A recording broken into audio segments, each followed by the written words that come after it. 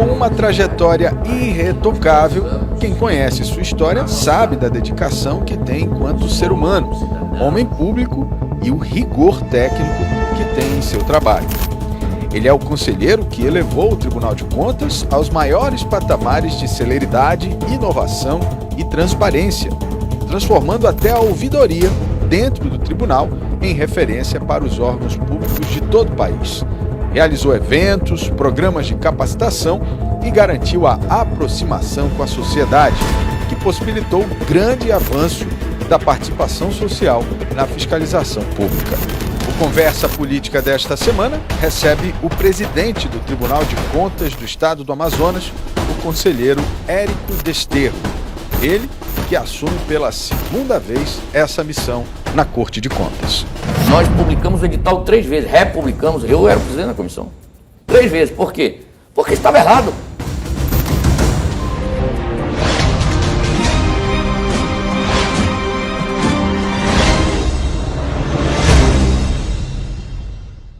Quase 10 anos depois, conselheiro, retornar ao comando do Tribunal de Contas. O senhor percebe muitas diferenças do tribunal daquela época para esse? Como é que o senhor está vendo essa nova experiência já nesse início? É bastante diferente, bastante, porque em 10 anos o mundo mudou muito, né? E as instituições mudaram também, e tinham que mudar, porque é uma adaptação natural, necessária para responder às novas demandas. De tal forma que, de fato, o tribunal mudou muito, inclusive nesse formato de comunicação. Acho que a grande mudança é a mudança tecnológica, né? E com ela os mecanismos de agir da instituição, os relacionamentos, a maneira de comunicação com a sociedade, isso tudo impacta no novo Tribunal de Contas, nova maneira de administrar o tribunal. Nós precisamos rever alguns procedimentos que nós adotamos, e eu disse quando assumi que hoje o sucesso de uma instituição depende, primeiro, da apropriação adequada da tecnologia para o negócio dela, né, para o que ela faz. Para a atividade fim, né? Exato. E a outra é exatamente a abertura para a sociedade, é a capacidade daquela instituição estar aberta à sociedade e à comunicação com a sociedade. O senhor fala assim, aí eu veio logo à cabeça, né, a transição, né, dos processos em papel para o processo digital. Isso teve uma mudança interna muito grande, né? Sim, sim. Inclusive começou na minha presidência um processo de digitalização dos processos, não é? E encerrou exatamente com o conselheiro Mário de Mello, que acabou de sair. Agora, né? Basicamente no fim, nós encerramos esse ciclo. Demorou um pouco na minha visão, né? Poderia ter sido um pouco mais rápido. Mas hoje nós podemos dizer que o tribunal está 100% eletrônico, no sentido de processos físicos não existem mais, eles já começam eletrônicos e tudo nele é impulsionado de forma virtual e eletrônica. Então isso é um avanço considerável, porque a capacidade é mais eficiente, a capacidade de transmissão de dados e de cruzamento de dados aumenta, e com isso tudo aumenta a nossa capacidade de controle.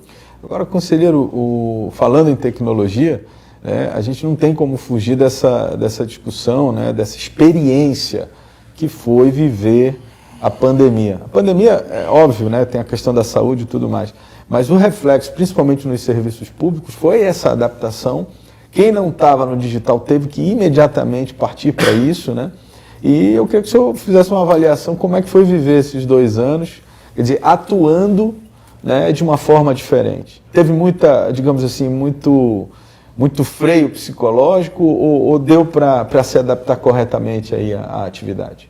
As adaptações são de diversos tipos, né? Primeiro, a adaptação à tecnologia. Não é todo mundo que consegue rapidamente começar a trabalhar 100% online e 100% num computador. Eu mesmo confesso a minha dificuldade, por exemplo, de manusear um processo grande, com muitos documentos, dentro de um computador. Eu sou a moda antiga, preferia olhar processos altos, como a gente chamava.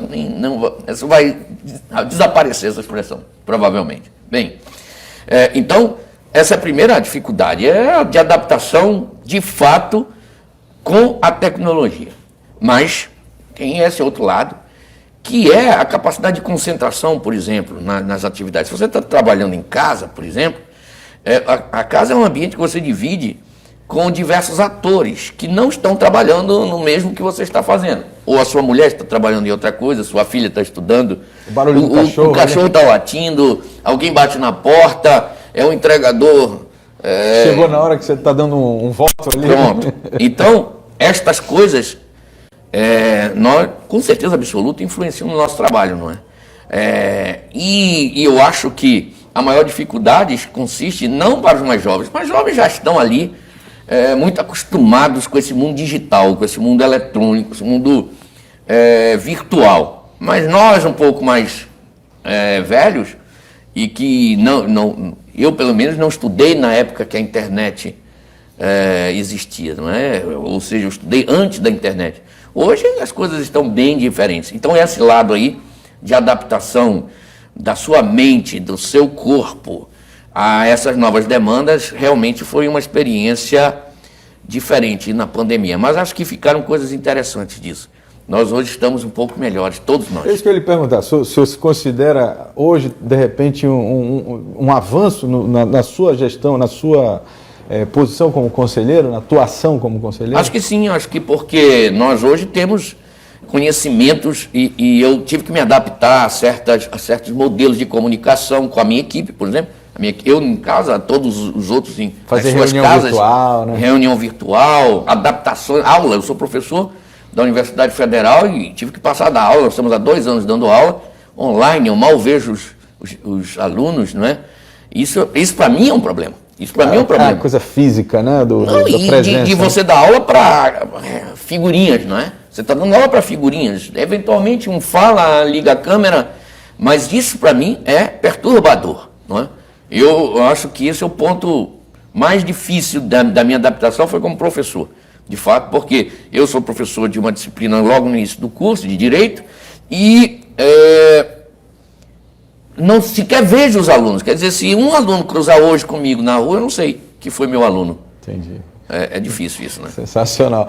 Agora, a gente estava falando aqui, né, da experiência, mas assim, no levantamento que a gente fez, a gente percebeu que, na verdade, o senhor é tido como uma referência técnica aqui dentro, né? Assim, vários outros conselheiros, a gente observando inclusive as sessões, né, eles meio que aguardam ali o seu posicionamento mais técnico, porque o senhor é um egresso também do Ministério Público de Contas, né? E tem uma experiência mais, digamos assim, mais estruturada nessa questão da fiscalização. Como é que o senhor enxerga esse papel também?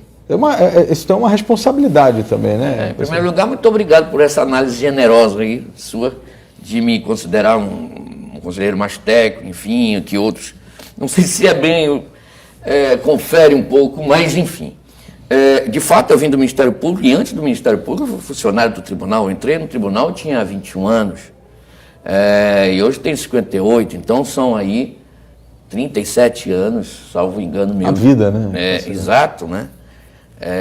Então, são 37 anos de tribunal. Eu posso dizer que se eu conheço alguma coisa na vida, é o Tribunal de Contas e o Tribunal de Contas do Amazonas. Estive em várias situações dentro do Tribunal de Contas. E fico feliz também de voltar à presidência do tribunal. Eu sou o atual conselheiro o único que volta à presidência do tribunal. Não é? Todos os outros já foram presidentes, mas apenas uma vez. E, bom, isso me dá uma perspectiva não melhor, mas diferente. De ter mais experiência, né? Pronto, de ter mais experiência. Ter vivido mais processos. Exato, e no que diz respeito à dinâmica do tribunal pleno e do julgamento dos processos, também é um diferencial. Não estou dizendo, repito, que seja melhor do que ninguém. Estou dizendo apenas que é diferente. Diferente por esse aspecto, que eu sou realmente, eu tento usar muito a técnica na construção de uma decisão, né? Uso parâmetros técnicos e às vezes sou criticado por isso, por talvez não usar... Não ser mais maleável. Não digo isso, mas uma certa sensibilidade para certos problemas, mas eu não aceito a crítica porque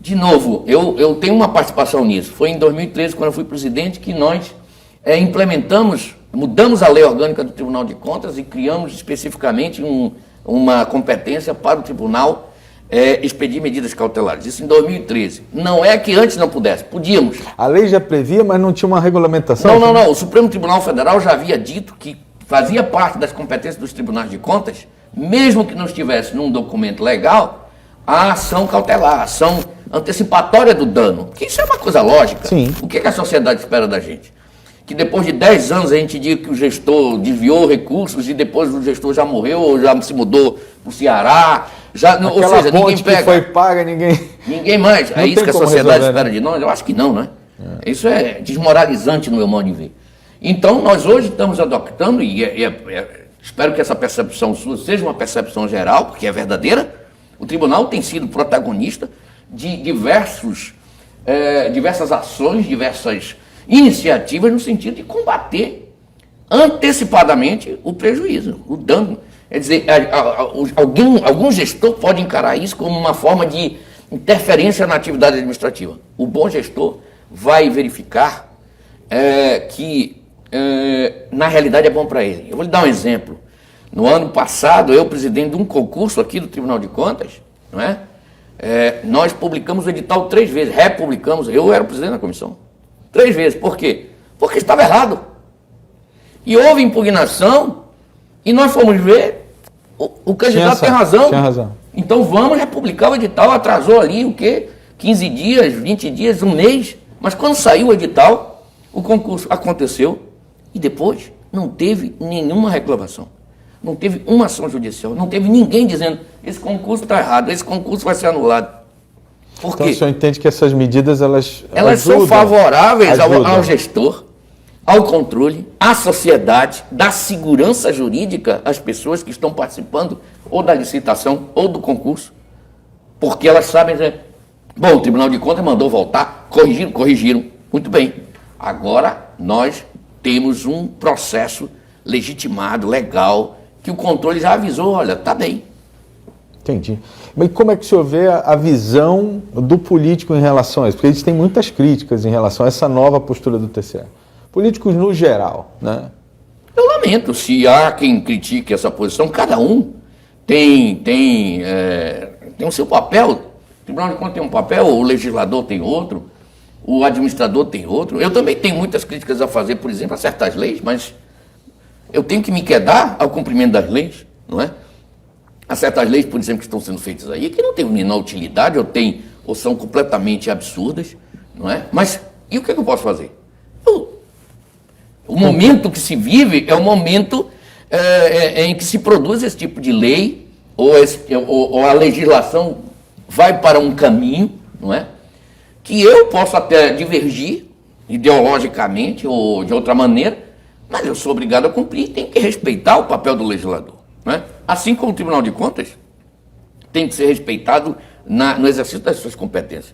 E veja, deve ser incentivado isso, porque a classe política, os agentes políticos de uma forma geral, eles se beneficiam, no fim, de uma ação mais efetiva do Tribunal de Contas, mais atual, mais presente. Ou seja, só quer dizer que lá na frente ele talvez não vá ser penalizado com tanto rigor, tendo em vista a interferência antecipada, né? Ou vai ser o que vai acontecer muitas vezes, não vai haver a crítica que às vezes eu ouço com razão de certos gestores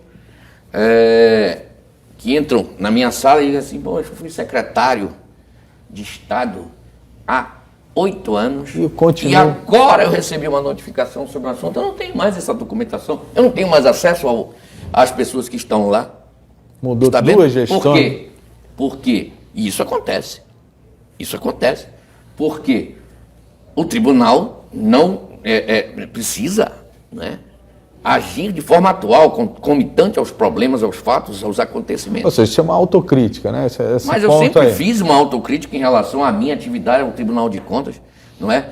Eu sou o primeiro a fazer autocrítica sobre determinados aspectos, mas também sou o primeiro a defender a instituição como uma instituição adequada, uma instituição que tem competências constitucionais, que não podem ser removidas, não podem ser desprezadas, não podem ser diminuídas como alguns querem achar que o tribunal é um órgão auxiliar do Poder Legislativo, e não é.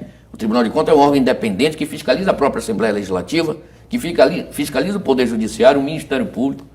Então, há independência nas nossas ações. Agora, como qualquer outra instituição no Brasil, e talvez no mundo, mas falo do Brasil, é uma instituição que precisa se repensar, se adaptar às novas tecnologias, à nova realidade, à nova maneira de se relacionar com a sociedade, que é assim como nós estamos fazendo agora. Você falou de relacionamento com a sociedade, eu queria perguntar sobre o papel de ouvidorias, né? O senhor teve um papel importante na constituição da ouvidoria aqui, e eu sei também que o senhor ajudou a constituir muitos projetos de ouvidoria nos outros TCEs. Qual é a sua visão desse papel de ouvidoria? Porque assim, normalmente ouvidoria, quando a gente fala em ouvidoria, parece aquela coisa bem... É só uma estrutura ali, né, nas empresas. Não, olha, liga para a ouvidoria, parece que é um... Essa ideia tem que acabar, realmente, tem que acabar, porque a ouvidoria é um instrumento importantíssimo de comunicação entre o usuário de um serviço, seja público ou privado, é um instrumento de comunicação entre o usuário e a instituição, a empresa, etc. No que diz respeito ao setor público, há hoje legislação obrigando as instituições a terem um canal de comunicação. De preferência, uma ouvidoria bem estruturada. Eu fui recentemente, durante 4 anos, ouvidor. Os últimos 4 anos eu fui ouvidor e tive a oportunidade de transformar, e falo aqui com tranquilidade, sem nenhuma vergonha de dizer, transformar a ouvidoria do Tribunal de Contas numa das ouvidorias mais eficientes que eu conheço, pelo menos. Vai dar resultado? Essa é a questão. Claro que dá. Várias demandas e várias ações do Tribunal de Contas resultaram de uma reclamação de um cidadão via ouvidoria. Vários, não é? E o cidadão que procurar a ouvidoria do Tribunal de Contas vai receber uma resposta, não é? É claro que há muito uso da ouvidoria para fins políticos, para denegrir imagem, mas nós sabemos exatamente filtrar e conduzir adequadamente todas as demandas que chegam. Mas aquelas demandas que merecem a atenção do Tribunal de Contas estão recebendo a atenção do Tribunal de Contas. E é verdade também que a ouvidoria, nós tivemos um papel muito importante na difusão da ideia de ouvidoria no estado do Amazonas, envolvendo aí numa rede de ouvidorias, várias ouvidorias de órgãos federais, estaduais e municipais.